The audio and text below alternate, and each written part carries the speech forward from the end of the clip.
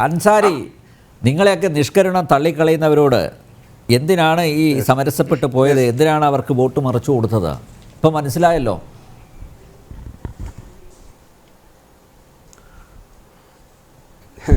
ഞാൻ പറയുന്നത് ഞങ്ങളല്ല അവകാശവാദം പറഞ്ഞത്. അതിവിടെ നിൽക്കട്ടെ. ഗോപാലകൃഷ്ണൻ ഈ ചർച്ചയിൽ നിന്ന് ഇറങ്ങിപ്പോയിരുന്നു. സഹിഷ്ണുത എന്ന് പറഞ്ഞിട്ടൊക്കെയാണ് ഞാൻ അതിനിടയ്ക്ക് പ്രസംഗം നടത്തുമ്പോൾ ഞാൻ തടസ്സപ്പെടുത്തിന് സഹിഷ്ണുതയ്ക്ക് എതിരെന്ന് പറഞ്ഞു കണ്ടു. മറ്റൊന്ന്, BJPയുടെ നേതാവ് STPയുടെ നേതാവുമായിട്ട് ചർച്ചയ്ക്ക് ഇരിക്കില്ലെങ്കിൽ എൻ്റെ അറിവിൽ തന്നെ ഏതാണ്ട് 10-15 തദ്ദേശ സ്വയംഭരണ സ്ഥാപനങ്ങളിൽ BJPയും STPയും കൂടി ഒരുമിച്ചിരിക്കുന്ന തദ്ദേശ സ്ഥാപനം കേരളത്തിലുണ്ട്. അങ്ങനെയെങ്കിൽ BJPയുടെ എവിടെയൊക്കെയാ അൻസാരി? ഒരുമിച്ചിരിക്കുന്നു എന്ന് പറഞ്ഞാൽ ഒരേ കൗൺസിൽ എത്ര എഴുതുന്നുണ്ട്? കോട്ടാങ്കൽ പഞ്ചായത്തിൽ 5 ഒന്നിച്ചിരിക്കുന്നല്ലോ പറഞ്ഞേ. ഒരുമിച്ച് അങ്ങനെ ഒരു പ്രതിപക്ഷ ബഹുമാനമില്ല. ഒരിക്കലും അങ്ങനെയല്ല. ഞാൻ പറഞ്ഞത് ഒരുമിച്ചിരിക്കുന്നത് എന്തൊക്കെയോ ഭീകരത. ഇപ്പൊ കോട്ടാങ്കൽ 5 ജനപ്രതിനിധികൾ രാജിവെച്ചിട്ട് മാറട്ടെ, അങ്ങനെ ഞാൻ പറഞ്ഞു. മറ്റൊന്ന്, രാംകുമാർ സാർ വളരെ പ്രഗത്ഭനാണ്, നമ്മളൊക്കെ ബഹുമാനിക്കുന്ന ഒരു വ്യക്തിയാണ്. അദ്ദേഹത്തിനോട് ചെയ്യുന്ന ഏറ്റവും വലിയ ചതിയാണ് യഥാർത്ഥത്തിൽ ജനം TV ഇപ്പോൾ ചെയ്തിരിക്കുന്നത്. അദ്ദേഹത്തിനെ വിളിച്ചിരുത്തി ഒരു ചാനൽ ചർച്ചയ്ക്ക് ഇരുത്തുമ്പം സ്വാഭാവികമായിട്ടും എന്ത് വിഷയമാണ് എന്നെങ്കിലും അദ്ദേഹത്തിനൊന്ന് പറഞ്ഞു കൊടുക്കണം. ആ ഇരിക്കുന്ന സഹ പാനലിസ്റ്റുകൾ ആരാണ്? STPയുടെ പ്രതിനിധിയാണോ, ലീഗിൻ്റെ പ്രതിനിധിയാണോ, അല്ലെങ്കിൽ എന്താണ് ലീഗ്, എന്താണ് ഇപ്പോൾ ഓർമ്മയുടെ കുറവുണ്ടായിരിക്കും. അദ്ദേഹം വളരെ പ്രഗത്ഭനാണ്. മറ്റൊന്ന് അദ്ദേഹത്തിനോട് പറയാനുള്ളത്, അപ്പോൾ കുറേ ഉപദേശം പറഞ്ഞിരുന്നു. ആ ഉപദേശമൊക്കെ യഥാർത്ഥത്തിൽ RSSനും BJPക്കും മോഡിക്കും ഒക്കെയാണ് ചെയ്തു കൊടുക്കേണ്ടത്. നമുക്ക് ഈ അവിടെ പറഞ്ഞ ഓരോ കാര്യങ്ങളുണ്ടല്ലോ. ഇപ്പം സാറേ ഞാൻ പറയട്ടെ, അദ്ദേഹം പറഞ്ഞതിനകത്ത് എന്ത് തെറ്റെന്നോ? അദ്ദേഹം പറഞ്ഞതിനകത്ത് എന്താണ് ശരി? ഇവിടെ ഏതെങ്കിലും ഒരു STPക്കാരൻ ആരെങ്കിലും അമ്പലത്തിൽ കയറ്റരുതെന്ന് പറഞ്ഞിട്ടുണ്ടോ? ഇല്ലേ? പ്രചരണമോ പ്രസംഗമോ നടത്തിയിട്ടുണ്ടോ? ഏതെങ്കിലും അമ്പലം പൊളിക്കണമെന്നോ ഏതെങ്കിലും ഏത് STPക്കാരനാ അവലും മലരും പറഞ്ഞത്? നിങ്ങൾ തെളിവ് കൊണ്ടുവാ. ഞാൻ കഴിഞ്ഞ പ്രാവശ്യം ജനം TVയിൽ വന്ന് പറഞ്ഞപ്പോ ഇത് ഞാൻ ആവർത്തിച്ചു, രണ്ടാമത് വട്ടം ഞാൻ ചോദിക്കുന്നു, അവരും മലരും കൊണ്ടുവരണമെന്ന് പറഞ്ഞ ഏത് STPക്കാരനാ? നിങ്ങൾക്ക് തെളിവ് കൊണ്ടുവരാൻ കഴിയോ? ആ മുദ്രാവാക്യം വിളിച്ചവര് STP ആണോ? ആ മുദ്രാവാക്യം വിളിച്ചത് STP ആണോ? അല്ല. മാത്രമല്ല RSS എത്രയോ കൊലവിളികൾ നടത്തിയിട്ടുണ്ട്. എന്താ രാംസാർ കാണാത്തത്? തൊപ്പി വെച്ചവരെ തല കാണില്ല, നിസ്കരിക്കാൻ പള്ളി കാണില്ല എന്ന് പറഞ്ഞത് RSS. അതിനെക്കുറിച്ച് രാംകുമാർ സാർ കേൾക്കാതെ പോയത് എന്താ? ഇവിടെ ഒരു 3ാം ക്ലാസ്സുകാരനായ ഒരു ഫഹദ് എന്ന് പറയുന്ന ഒരു മോനെ RSSകാരനായ ഒരു വിജയൻ ഹിന്ദു ഐക്യവേദിയുടെ സംസ്ഥാന അധ്യക്ഷ അവരുടെ പ്രസംഗത്തിൽ നിന്ന് ആവേശം ഉൾക്കൊണ്ടുകൊണ്ട് ഇവിടെ വെട്ടിക്കൊന്നു. ഏറ്റവും കൂടുതൽ ഹിന്ദുക്കളെ കൊന്ന പാർട്ടി BJP ആണ്, RSS ആണ്. അത് കൃത്യമായിട്ട് രാംകുമാർ സാർ അറിയില്ലേ? STPക്കാരാണോ ഈ കേരളത്തിൽ ഏറ്റവും കൂടുതൽ ഹിന്ദുക്കളെ കൊന്നത്? അല്ല, RSS ആണ്. അനിൽകുമാറിന് ചലഞ്ച് ചെയ്യാൻ കഴിയോ? ഈ കേരളത്തിൽ ഏറ്റവും കൂടുതൽ ഹിന്ദുക്കളെ കൊന്ന പാർട്ടി അല്ലെ സംഘടന RSS. ഇവിടെ കമ്മ്യൂണിസ്റ്റുകാരെ കൊന്നതാരാ? കണ്ണൂരിൽ 100 കണക്കിന് കമ്മ്യൂണിസ്റ്റുകാരെ കൊന്നതാരാ? STPക്കാരാണോ? ഈ കേരളത്തിലെ രാഷ്ട്രീയത്തിലെ കൊലപാതകങ്ങളൊന്നും നോക്കിയേ. അപ്പൊ സ്വാഭാവികമായിട്ടും ഇവിടുത്തെ ഏറ്റവും കൂടുതൽ ഹിന്ദുക്കളെ കൊന്ന ഒരു പാർട്ടി RSS ആണ്. മതം മാറിയതിന്റെ പേരിൽ ദേശവിരുദ്ധമായി പ്രവർത്തിക്കുന്നു. ദേശവിരുദ്ധമായി പ്രവർത്തിക്കുന്നു. അത് കണ്ടെത്തിയ ദേശീയ അന്വേഷണ ഏജൻസി തന്നെ കണ്ടെത്തിയല്ലോ. SDPI PFI എന്താണ്? PFI ഒരു മനുഷ്യന്റെ ജീവൻ കളയുന്നതിൽ നിങ്ങൾക്ക് ഇത്രയും 1.5 വർഷമായിട്ട് നിങ്ങളുടെ ഓരോ നേതാവിനെയെങ്കിലും ജയിലറയ്ക്കുള്ളിൽ നിന്ന് പുറത്തിറക്കാൻ നിങ്ങൾക്ക് സാധിച്ചോ? നിങ്ങൾ ഈ പറയുന്നുണ്ടല്ലോ, ഇപ്പൊ ഈ ഫ്ലോറിൽ ഇരുന്ന് പല കാര്യങ്ങളും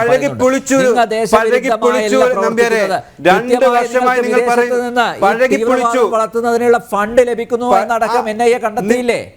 അൻസാരി, ഇതൊക്കെ കോടതിയെ പറ്റിക്കാൻ പറ്റുമോ? കോടതിയുടെ മുന്നിൽ തെളിവുകളാണുള്ളത്. ഇവരൊക്കെ ഇപ്പോഴും ജയിലിൽ കഴിയുന്നത്. എത്ര തവണ ജാമ്യത്തിന് അപേക്ഷിച്ചു?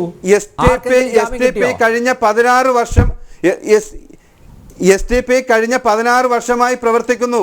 ആ 16 വർഷത്തിൽ കോൺഗ്രസ് ഈ രാജ്യത്ത് ഭരിച്ചിട്ടുണ്ട്. ഇടതുപക്ഷ പിന്തുണയോടുകൂടി കോൺഗ്രസ് ഭരിച്ചിട്ടുണ്ട്. BJP 10 വർഷത്തിലധികം ഭരിക്കുന്നു. എന്തുകൊണ്ടാണ് STPI നിരോധിക്കാത്തത്? ഈ പാർട്ടി ഒരു അപകടമുള്ള പാർട്ടിയല്ല. ഈ പാർട്ടിയിലെ 27 പേജുള്ള ഭരണഘടനയുണ്ട്. ആ ഭരണഘടനയിൽ ഒരിടത്തും ഒരു വിദ്വേഷം പറയുന്നില്ല. ഈ രാജ്യത്ത് മതം സ്ഥാപിക്കണമെന്ന് പറയുന്നത് RSS അല്ലാതെ വേറെ ഒരു പാർട്ടിയല്ല. ഇപ്പൊ സ്വാഭാവികമായും ഈ ജനകീയ സത്യസന്ധത പറയുന്ന ഇവിടെയും ഗോപാലനാണല്ലോ ഇവിടെ സത്യസന്ധമായ രാഷ്ട്രീയം പറയുമ്പോൾ അതിന് മറുപടി പറയാൻ മറുപടി ഇല്ലാത്തതുകൊണ്ടാണല്ലോ എഴുതിട്ട് പോകുന്നത്. ഇതൊക്കെ ആരുടെ ആശയ പ്രചാരണമാണ്? ആരുടെ ഉദ്ദേശീയ ലക്ഷ്യങ്ങളാണ്? STPയുടേതാണോ? അനിൽ നമ്പ്യാർ അത് തെളിയിച്ചാൽ ഈ 2047 ഇന്ത്യ ഒരു ഇസ്ലാമിക രാജ്യമാകുമെന്ന് STP പറഞ്ഞു, അല്ലെങ്കിൽ അതിന്റെ എന്തെങ്കിലും തെളിവുണ്ടെങ്കിൽ, ഒരു പ്രസംഗത്തിന്റെ തെളിവെങ്കിലും ഉണ്ടെങ്കിൽ ഞാൻ രാജിവെക്കാം. നിങ്ങൾക്ക് പറ്റുമോ? അൻസാരി ആര് പറഞ്ഞു? പിന്നെ അതുകൂടെ പറ. എനിക്ക് തെറ്റിയതാണെങ്കിൽ താങ്കൾക്ക് STP പറഞ്ഞോ? ഞാൻ ചോദിക്കുന്ന ആര് പറഞ്ഞു എന്നുള്ളതല്ല, ആര് പറഞ്ഞു എന്നുള്ളതല്ല. STP പറഞ്ഞു. ആര് പറഞ്ഞു? നിങ്ങളുടെ STP പറഞ്ഞോ? ഞാനതാ ചോദിക്കുന്നത്. ആര് പറഞ്ഞു എന്നുള്ളത് നിങ്ങൾ അന്വേഷിക്കൂ. ഞാൻ പറയുന്നത് ഇന്ത്യയിൽ പ്രചരിപ്പിച്ചത് അതിന്റെ അന്തസത്ത ഇതൊക്കെ തന്നെയാണ്. അതിന്റെ അന്തസത്ത ഇതൊക്കെ തന്നെയാണ്. രാജ്യത്തിന് വിരുദ്ധമായി നിങ്ങൾ ഈ ജയിലും തീവ്രവാദവും നിങ്ങൾ എത്രയോ വർഷമായി പറയുന്നു. അതൊക്കെ പഴകി. പുതിയത് എന്തെങ്കിലും കൊണ്ടുവരും നമ്പ്യാരെ, പുതിയത് എന്തെങ്കിലും കൊണ്ടുവരും. അതൊക്കെ പഴകിപ്പോയി. ഇനി അതുകൊണ്ട് പറഞ്ഞാൽ ക്ലച്ച് പിടിക്കില്ല. അതാണ് ഞാൻ പറയട്ടെ. പാലക്കാട് 11,000 വോട്ട്. ഞാൻ പാലക്കാട് 11,000 വോട്ട് BJPക്ക് കുറഞ്ഞത് STPയുടെ നേരത്തെ STPക്കാർക്ക് വോട്ട് ചെയ്തവരാണോ? അത് BJPയുടെ കുറവാണെന്നേ. അവിടെ മുനമ്പം പറഞ്ഞിട്ട് വിദ്വേഷം പറഞ്ഞിട്ട് മുസ്ലിങ്ങളെയും ക്രൈസ്തവരെയും തമ്മിലെടുപ്പിച്ചിട്ട് അവിടെ വോട്ട് പിടിക്കാൻ നോക്കിയപ്പോൾ BJPയുടെ വോട്ട് കുറഞ്ഞു. BJP ചർച്ച ചെയ്ത് BJP പരിശോധന നടത്തി കണ്ടെത്തട്ടെ അൻസാരി. ഇവിടെ വിഷയം അതല്ലല്ലോ. നോക്കൂ, നിങ്ങൾ നേരത്തെ പറഞ്ഞു എന്താണ് പൊളിറ്റിക്കൽ ഇസ്ലാം എന്നുകൊണ്ട് ഉദ്ദേശിക്കുന്നത് എന്താണ്? അപകടകരമായ രാഷ്ട്രീയത്തിന്റെ വക്താക്കളാണ് നിങ്ങൾ. അവിടെ നിങ്ങളുമായിട്ട് കോൺഗ്രസ് പോലുള്ള ഒരു പ്രസ്ഥാനം, ഒരു ചരിത്രമുള്ള ഒരു പ്രസ്ഥാനം നിങ്ങളുമായിട്ട് സഹകരിക്കുന്നു, നിങ്ങളുടെ പിന്തുണ നേടുന്നു. കോൺഗ്രസിൻ്റെ സ്ഥാനാർത്ഥി അവിടെ നിങ്ങളെ വന്ന് കാണുന്നു. അതിൽ നിന്നൊക്കെ എന്താണ് നാടെന്താ മനസ്സിലാക്കുന്നത്? നമ്മുടെ നാട് എങ്ങോട്ടേക്കാണ് പോകുന്നത്? എന്ത് പ്രശ്നമാണ്? ഒരു STPക്കാരനെ ഒരു കോൺഗ്രസ്സുകാരനെ സ്ഥാനാർത്ഥി കണ്ടാൽ എന്ത് പ്രശ്നമാണ്? ജനം TVക്കല്ലാതെ ഇതൊരു വാർത്ത പോലും ആവോ? ജനം TVക്കല്ലാതെ ഒരു വാർത്ത പോലും ആവോ? ഇതെന്താണിത്? ഒരു STPയുടെ എന്താ ഈ നാട്ടിൽ പ്രവർത്തിക്കാൻ പാടില്ലാത്ത പ്രസ്ഥാനം? ഞാൻ സംസ്ഥാന സെക്രട്ടറി ആയിട്ടിരിക്കുക. അപ്പോൾ ഞാൻ ഈ പാർട്ടിയുടെ എന്തോ ഒരു നിഗൂഢമായിട്ട് ചാനൽ ചർച്ചയിൽ വരുന്നു. ഞങ്ങളുടെ ഓരോ നേതാക്കന്മാരും മാധ്യമപ്രവർത്തകരെ വിളിക്കുന്നു. നിങ്ങളുടെ പാർട്ടിയുടെ നിലപാട്, നിങ്ങളുടെ പാർട്ടിയുടെ അഭിപ്രായം അറിയാൻ വേണ്ടിയാണ് ഈ സംവാദത്തിലേക്ക് ക്ഷണിച്ചത്. അല്ല, ജനാധിപത്യപരമായിരിക്കണം സംവാദം. അതുകൊണ്ടാണ് നിങ്ങളുടെ അഭിപ്രായം കൂടി അറിയാൻ വേണ്ടി വിളിച്ചത് അൻസാരി. ഇപ്പൊ അങ്ങനെ ഒരു വെറുപ്പ് വമിക്കുന്ന ഒരു പ്രസ്ഥാനം ആണ്, അല്ലെങ്കിൽ ചാനലാണ് എങ്കിൽ നിങ്ങളെപ്പോലുള്ള ഒരാൾ ക്ഷണിക്കുമോ ഈ ഫ്ലോറിലേക്ക്? ഇല്ലല്ലോ. ക്ഷണിക്കുമോ? എന്തേ കേരളത്തിൽ STPക്ക് പാർട്ടിയൊന്നുമല്ല. STPയുടെ പിറകിൽ ഞാൻ കൂടുതൽ പറയുന്നില്ല. STPയുടെ ഓരോ വാർത്തകൾ തേടി പിറകിൽ വരുന്നുണ്ട്. ചാനൽ ചർച്ചകളിൽ ഇപ്പൊ ജനം TV മാത്രമൊന്നുമല്ല നമ്മൾ ചാനൽ ചർച്ച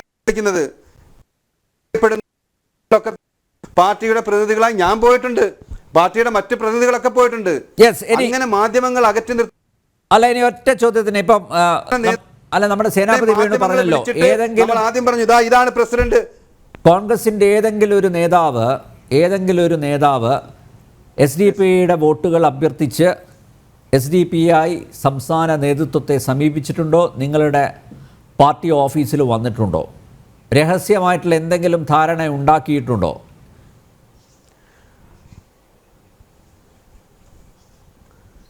ഞാൻ ആവർത്തിച്ചല്ലോ, കോൺഗ്രസുമായി ചർച്ച ചെയ്തിട്ടല്ല പാലക്കാട് നമ്മൾ പിന്തുണ കൊടുത്തത്.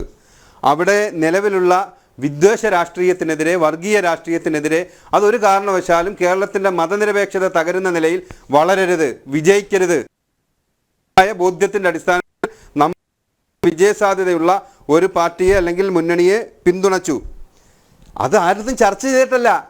ഓക്കെ, അത് SDPI മാത്രം എടുത്ത തീരുമാനമാണ് എന്നാണ് അൻസാരി പറയുന്നത്. പക്ഷേ അത് ഉൾക്കൊള്ളാൻ ബുദ്ധിമുട്ടുണ്ട്. ശ്രീ അൻസാരി, നിങ്ങൾ നേരത്തെ കോൺഗ്രസ് പറഞ്ഞത് അങ്ങനെ ഞങ്ങൾ ആരെയും പോയി കണ്ടിട്ടില്ല എന്നുള്ളതാണ്. പക്ഷേ ഞാൻ നേരത്തെ പറഞ്ഞ പോലെ ഇവിടെ ശബ്ദിക്കുന്ന തെളിവുകളുണ്ട്. ആ തെളിവുകളുടെ അടിസ്ഥാനത്തിലാണ് ഞങ്ങൾ പറഞ്ഞത് ഏത് രീതിയിലായിരുന്നു സഹകരണം, എങ്ങനെയാണ് നിങ്ങൾ പിന്തുണ തേടിയത് എന്നൊക്കെയുള്ളത്.